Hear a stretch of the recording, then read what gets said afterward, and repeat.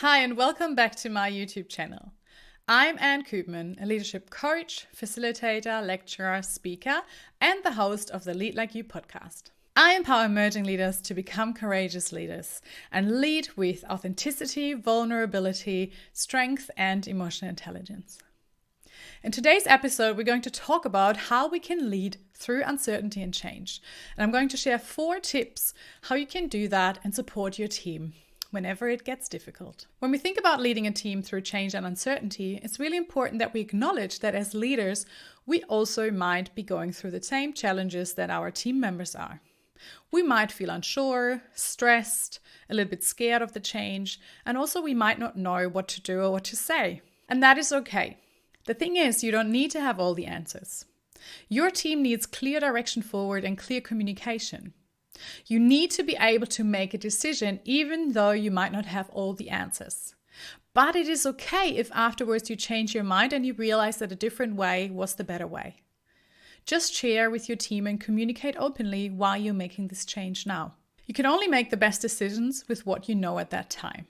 So be gentle and kind to yourself when you lead through uncertainty and change. And another important aspect is your own self-management and how you can motivate yourself when you go through uncertainty and change.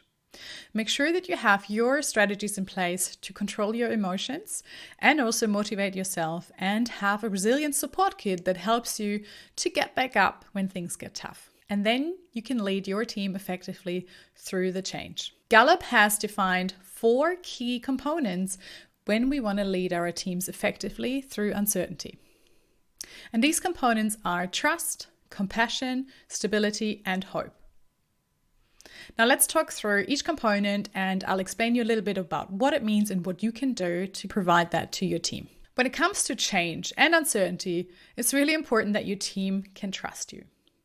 They need to know the real you, so be authentic. Don't be afraid to be a bit vulnerable. It's okay for you to also show when you're not sure sometimes. It's okay to say, I don't know yet, but we will figure this out. The key here, though, is that you do manage your emotions, so you don't drag your team down. If they see you panicking, they will panic themselves. So make sure that you manage your emotions when they can't see you, so that when you then approach them, you can be the confident self.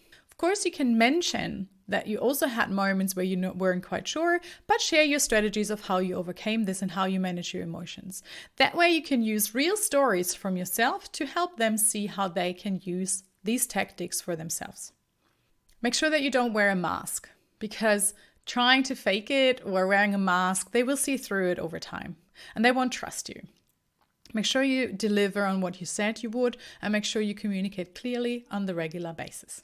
The second component is compassion, and this is really important, and this is where empathy comes into play. Keep in mind that driving people through change often means that they have to give up something that they truly care about. Either it is they have to give up what they used to know and what they feel comfortable with, or they have to give up their view and their opinion on what they think is actually best. So make sure that you allow them to process through these emotions. Be there and listen.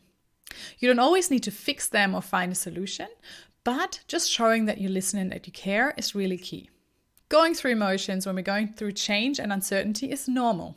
So make sure that you allow your team to process these emotions and coach them through. The third component is stability, and it's so important that when we go through uncertainty and change, that we have some stable component in our lives. And you as that leader can play this very important role. Make sure that you are available on a regular basis. Have a meeting schedule in place. Have regular one-on-one and team meetings, ideally weekly. Make sure that they know when they get to see you. Keep a rhythm up of how you follow up on tasks, how you proceed, and what are your standard procedures. Having this rhythm will provide a feeling of safety. And that feeling of safety will carry them through. It will keep them going and motivate them and make them feel safe to go with you and go through the change and take a risk. And lastly, the fourth component is hope. When we go through change or uncertainty, and even if we don't quite know how things are going to end, we need to provide some inspiration and a path forward. Show your team your vision, inspire them, share what you're working towards to. Show them that there is a step forward. Show them what's in it for them. Find ways to motivate them. What is going to be the great outcomes of this change? What is the good that we can see? Share positive feedback. Share positive points and outcomes. Celebrate the success of the team along the way.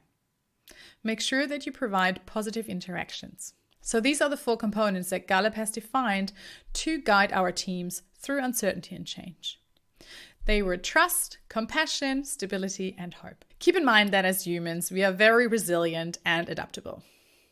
We are able to adapt to the change and adapt ourselves to the new norm. Not everybody will get through the change successfully, but most people will. You can see it now with COVID-19 in 2020. We all suddenly had to work from home remotely, and a lot of things changed. But we adapted to it. Somehow we made it work. So humans can do change. So keep that in mind.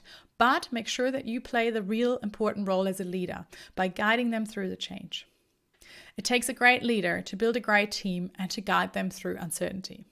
Use your compassion and empathy and build real relationships and be there for them. Now is not the time to hide. You have to be visible. You have to be approachable. Allow them to contact you and let them know when and how they get to see you.